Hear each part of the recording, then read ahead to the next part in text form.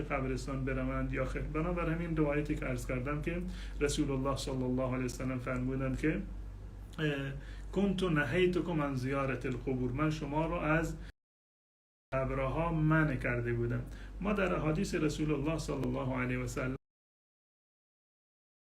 منع کرده باشه از زیارت قبور نداریم، جز همین روایتی رو که برای زنان هست که رسول الله صلی الله علیه وسلم فرمودند لعن الله زوارات القبور، الله متعال نفرین بکنه زنانی را که به زیارت قبرستان میرن. پس بنابراین این در واقع یکی از نهی‌هایی هست که در این زمین آمده.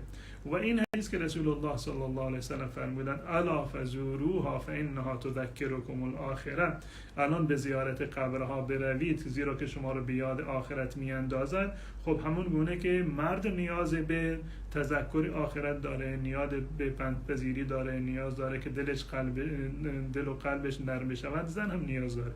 پس بنابراین زن هم از نظر شرعی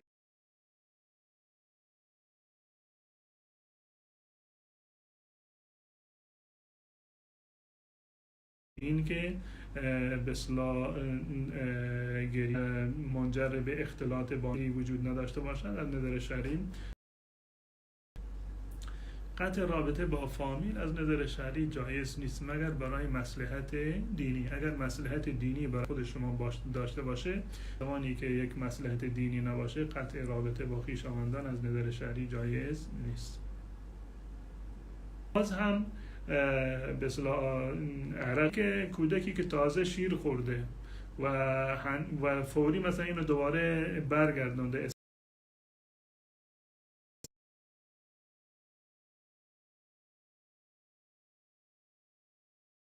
به اصطلاح بویش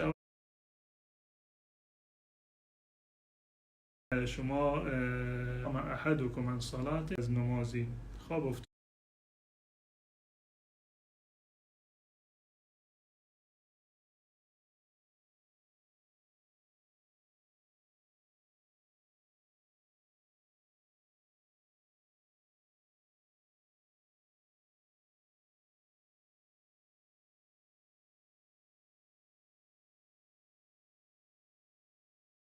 وقت نماز، خواب که در اختیار انسان نیست، خوابش در کاری بود که نتونست که نمازش فردا همین وقت، نه در اولین فرصت به محض اینکه یادتون اومد که نماز رو نخوندید یا از خواب بیدار شدید و متوجه شدید که نماز به اصطلاح فوت شده، باید در اولین فرصت نماز رو به جا بیاورید.